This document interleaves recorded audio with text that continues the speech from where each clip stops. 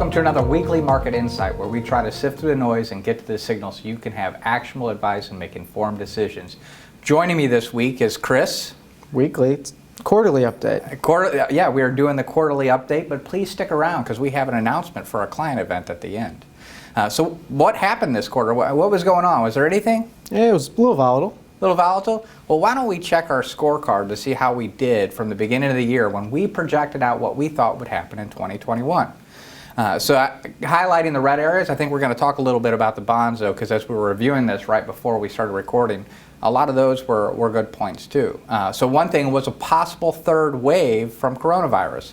We certainly saw that from Texas to Florida, all the way up to here in Missouri. We did see that third wave, but it wouldn't be as severe because we had more medical options. So I would say we predicted that one fairly well.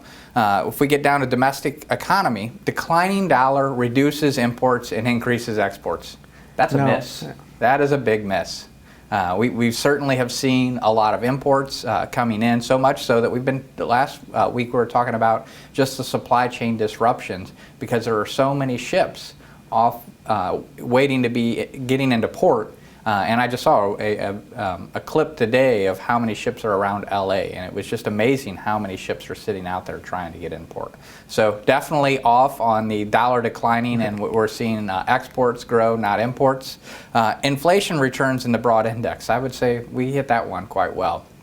And then if we look at international economy, global GDP is 4.5% to 5%. We did assume the U.S. would grow greater than the global economy. I think we're right on that. But we were saying it was mostly emerging markets. I think that's a miss as well. The places that we're seeing problems is certainly in the emerging markets, specifically China. On stocks, basic materials benefit from infrastructure and onshoring. I think this one's early on. We may be seeing that happen right now where we have two global supply chains. There's so much issues trying to get the items from a boat onto the U.S. Soil that I've seen a lot of companies starting to look and rethink about the way that they have their supply chain set up. And I think some of our previous videos would say favor Mexico in that because the labor costs are actually much lower considering the demographics. So wouldn't be surprised to see that. And then bonds. Why don't you talk a little bit about the bonds? Yeah, we predicted that muni bonds would perform well, kind of with that tax scare, and they have some income that's tax sheltered. We were right on that. Munis are up about 3% on the year, while taxable bonds are pretty flat. And we have rates remaining low. That was also an expectation that hit, but inflation is higher than rates at this time. And the debt bubble, it's too early to tell. It's not ready to pop. Not ready to pop. So I think we were right on those as well because the munis outperforming. If there was a blue government, we've certainly seen that. If anyone's paying attention to that CPI index versus what you're getting paid on the treasuries or other interest-bearing items, you certainly are losing over the last 12 months. And we're going to talk a little bit about that debt bubble further on. Kind of recapping what we're seeing, we were looking at our dashboard, and this is June. Other than transportation, which we've talked about some of the issues in transportation, a lot of labor shortage, this is basically measuring the new truck orders. So with the chip and other things, there's probably reasons why this could be in the red in June, as well as consumer sentiment being a little bit off. But for the most part, everything was showing a robust economy. Get into July, we did start to see some other deterioration of employment in that bullish percent index, which is just how well the market's doing. Remember, the market is a forward indicator of the economy. So it's one of the first to dip. And now we're here in August. Remember, we have a 30-day lag, so sometime in October we will be posting the September. That money supply has really slowed, and that's concerning. A bullish percent index is also further down. And you're using a non-seasonally adjusted money supply? Non-seasonally adjusted money supply. And we know that money supply does come down during the season, right? It is normal to see a pullback in September and October in the amount that the money is growing. There are probably reasons why people are making changes, getting ready for school. You also have companies on an October fiscal accounting method.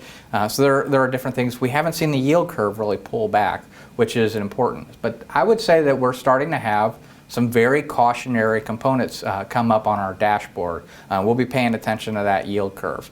Why do we follow the yield curve? It's generally a leading indicator. Why is that a good indicator of economic activity? So And it's predicted a lot of recessions. It's also falsely predicted a lot of recessions. It's predicted 7. Well, not. It's actually 100% on its prediction ratio. And I would say the last one was not because it saw anything, because the previous recession was the coronavirus. I don't think the yield curve was picking that up.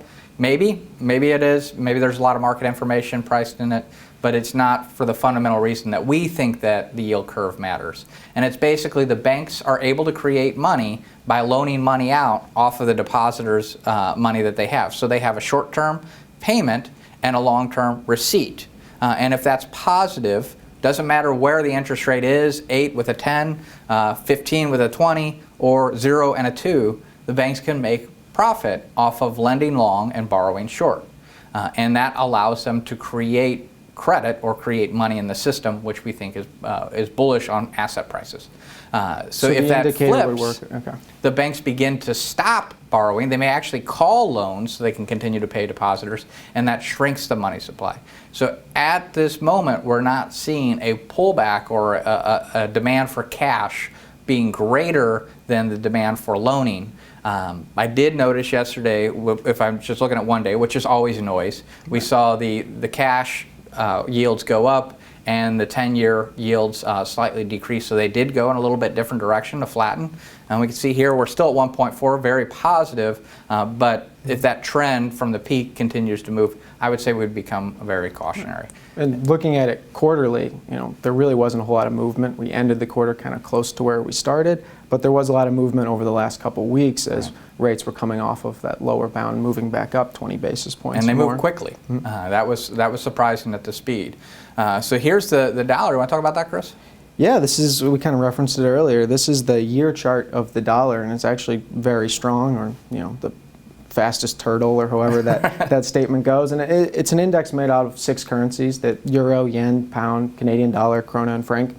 You seeing anything in those other currencies that make you think that we'll have a weaker dollar, or how are you thinking this for the rest of the year? I think everyone's trying to solve the same problem, which is printing, and some people are printing more and other people are printing less. And I would say that because the U.S. dollar as a global reserve currency, they're able to really soften because the changes, because there's just so much more demand for their currency relative to, let's say, the krona. It's like how many people are going to be doing an exchange for that currency? Probably not as much. So I think the dollar, or the Federal Reserve, has a little bit of an advantage versus many of the others. Whenever they're all printing, is the global demand absorbs a little bit more than, let's say, the local currencies are absorbed. That would be my guess here. And pretty strong in the quarter. Do you view that as kind of warning signals, as a safety move, or? I think there are problems international, so that makes this the U.S. dollar more attractive. And when we look at rates, the U.S. rates are actually attractive compared to a lot of other areas. So at least there's some type of payment that you're receiving. Right. Little and smaller than inflation, but inflation's pretty much everywhere. And then we look at the index option adjusted spreads. So this is credit spreads on the triple B, so the lowest credit quality. It's still an investment grade. And kind of what I said earlier, they rate the spreads, which is the yield you get extra by taking that credit risk, has stayed the same throughout the quarter. So you did get paid to hold a little extra credit, and that's what you see here at the bottom, which is Morningstar showing that higher yield bonds did perform well. And we were not fully in high yield bonds, but we did have some short duration high yield bonds that had a really strong quarter. And what this means, because we're talking about caution, is so far markets are not pricing credit risk, which is more of that systemic risk in the market, a chance of a default. It's just interest rates are moving up, but they're moving up across the board. Doesn't matter whether you have a credit spread or not, which means that if we're moving into a recession, so far the bond market hasn't predicted it, and it's usually the bond market that predicts it first. Domestically, that was. Now we're moving into... Yeah, this is U.S. domestic, because that's not the problem in China, right? Exactly. With this third quarter, Evergrande certainly picked up a lot of the headlines, and rightfully so. We had said that, is it a Lehman moment? Probably not, but for different reasons than others, we expect that the People's Bank of China will step in to stop it. Have we seen signs of that happening yet? Haven't seen signs of that happening. Right? And to prove that we said that contagion is certainly possible, what do we get news on to this morning? Yeah, there's another property developer that's also having problems. They're late on. They weren't able to roll over their debt yet, so they missed a bond that matured in the $200 million range. still too early to see if they're going to be able to roll that forward, but it's not looking good for them either. It's not looking good. And around the same time that this really became an announcement, this video went viral of the Chinese property market. So it's a stretch to say this is Evergrande, and look, but I think it is a good visual of just what has happened in the real estate market in China. There was a lot of cement, a lot of rebar, a lot of things that were just destroyed that never were used, never were completed. 15 buildings, minus that one, and I guess they didn't put enough explosives on that one. It did stay standing. But they just continue to funnel money into projects that never had an economic use. Now they plan on developing this area as well with new development, but 15 buildings just disappeared that they had constructed. Debt ceiling. We have debt things are going here. Debt issuance, debt issues are here in the U.S. as well, and we're talking about a debt ceiling on whether we're going to pass it or not. We have Secretary Yellen, who had said October 18th, if we don't have it, we're going to default on bonds. What are our thoughts on that right now? We don't think there's going to be a default. I don't think that's really saying much. Now, very few people out there are calling for that default, but it does seem they're moving a little bit slow right now. Yes. I would say that the infrastructure bill and the Build Back Better bill, about $5 trillion worth of proposed spending. It's probably, if it gets through, it's probably going to be a much smaller amount. And then Fed balance sheet. There was a Fed meeting in September, and while they haven't fully lined out what they're going to be doing with the balance sheet, they did kind of give signals of what's going to happen, and they think they're going to start reducing those asset purchases towards the end of the year and continue them through middle of 2022. So what that will look like is adding about 600 to 700 billion still in asset purchases, growing the balance sheet to just a little shy of 9 trillion. So there's still a lot of accommodative policy, but technically it is a little bit of a tightening from where we were. You know, less loose. Right, less loose, sure. That's whenever they're saying this is hawkish. It's like whenever the government proposes 7% new spending and then someone comes out and they're like, oh, let's only do 5. They're like, oh, they're slashing the budget. Right. It's like, no, I don't think that's a hawkish statement. That is not tightening the money supply. It's just not growing it as fast. So that's one of the things that bother me. Both the cutting the budget whenever Right. it's actually an increase, and also calling this a hawkish Fed while they continue to buy assets. And rate increases are still projected strongly into the future. So while there may be 25, 50 basis points next year, no one's expecting that 100 basis point jump until 2023, 2024. Now what we have been seeing jumping is the inflation, and we've talked about the transitory word that continues to be here. I guess if you never define your timeline, it's always transitory. But one thing that I noticed in double line funds that I thought was really interesting was we had 5.3% year over year growth on the CPI. But if we were just to change that rent equivalence, which we've talked about before, to just the price change on average for homes, we would be at 12% on the CPI year over year. So that's just one of those areas of the CPI metric that the Fed is using, which is high even on their expectation of their 2%. On the one that the index they follow is above that. So we are certainly seeing inflation right now because of that monetary policy. Supply chain disruptions. If you've been in a big box store or you're ordering online, you've probably seen a lot of things are not being fulfilled or there's empty space on the shelf. We definitely see this in the ISM manufacturing customer inventories. Inventories are very, very low, and a lot of this is the supply chain problems that we're talking about on shipping. Over off to the right, it's a smaller page, but anything going down means delays.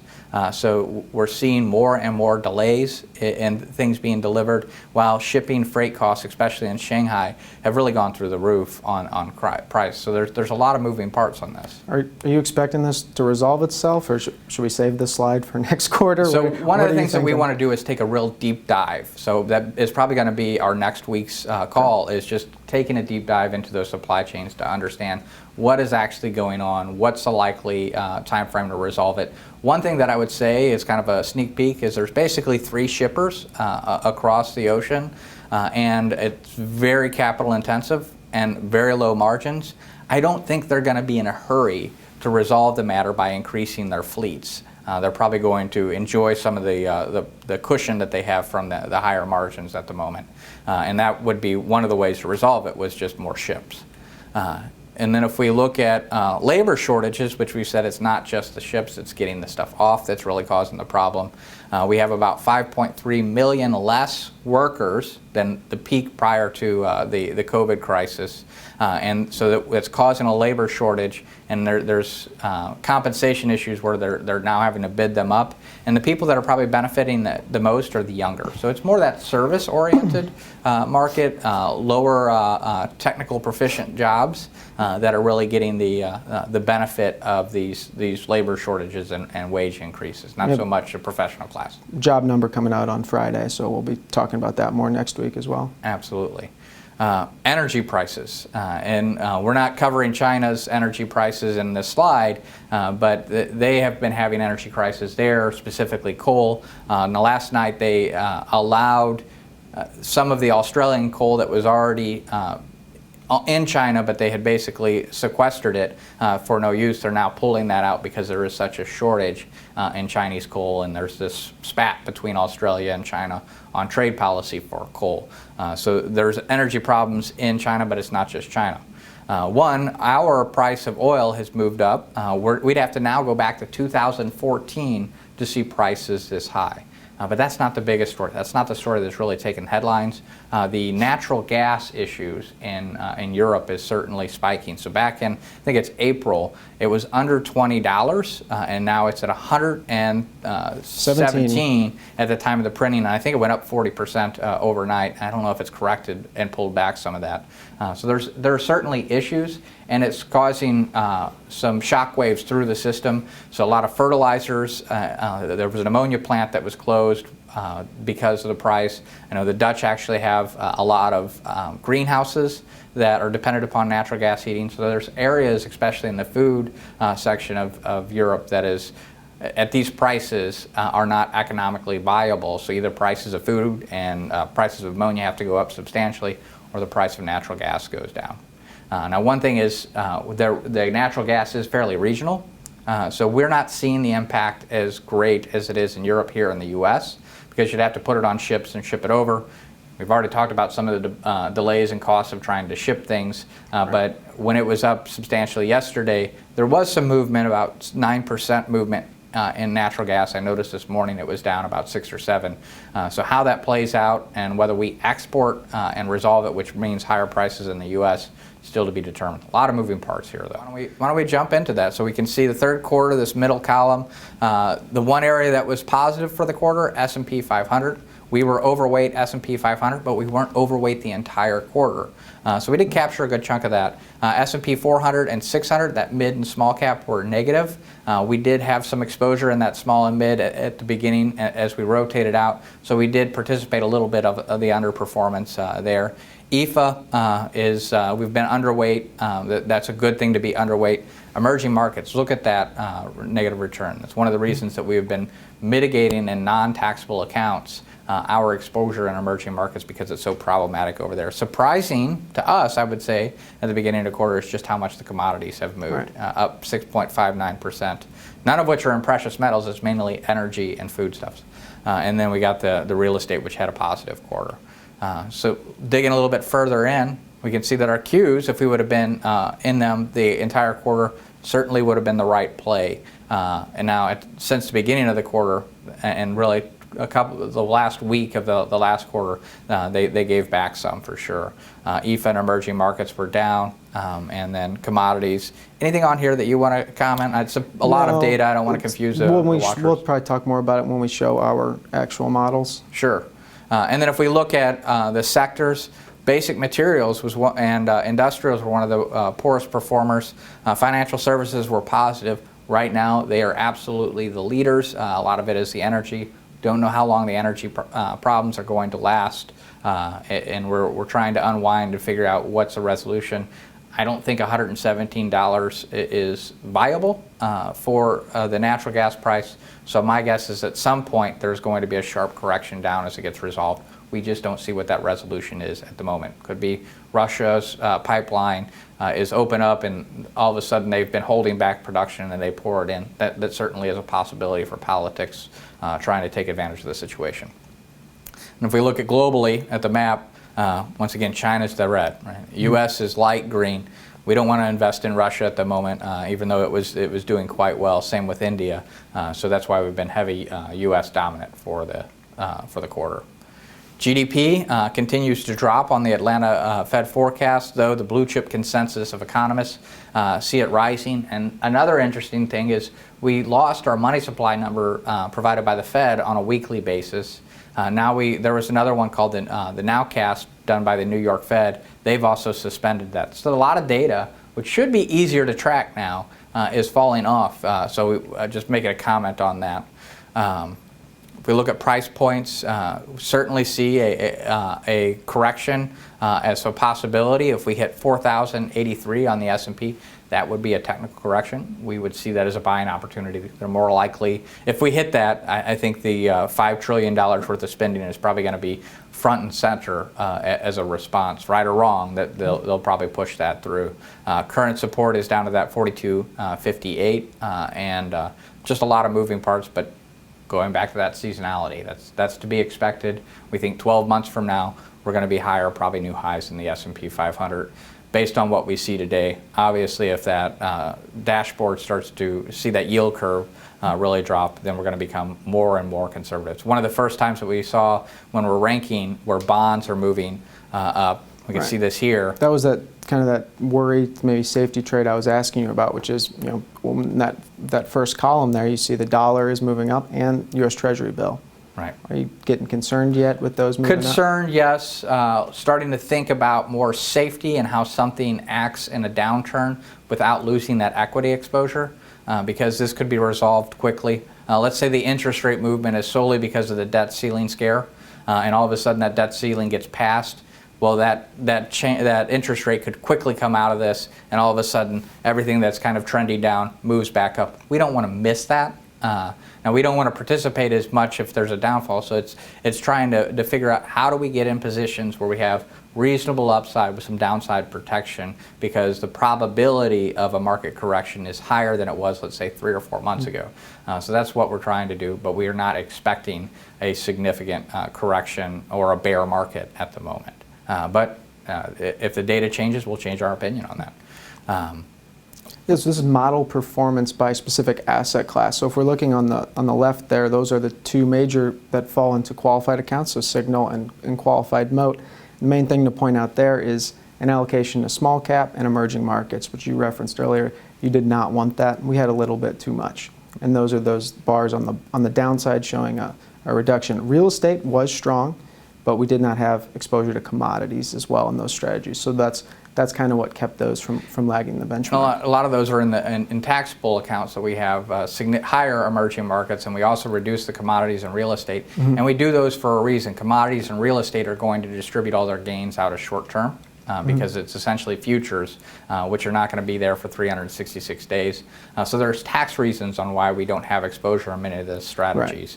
Right. And so on the taxable side, like you referenced, we did not have that exposure, and that did hold us back. Sure. Any other comments? I know this is a little bit longer than what we do on a typical week.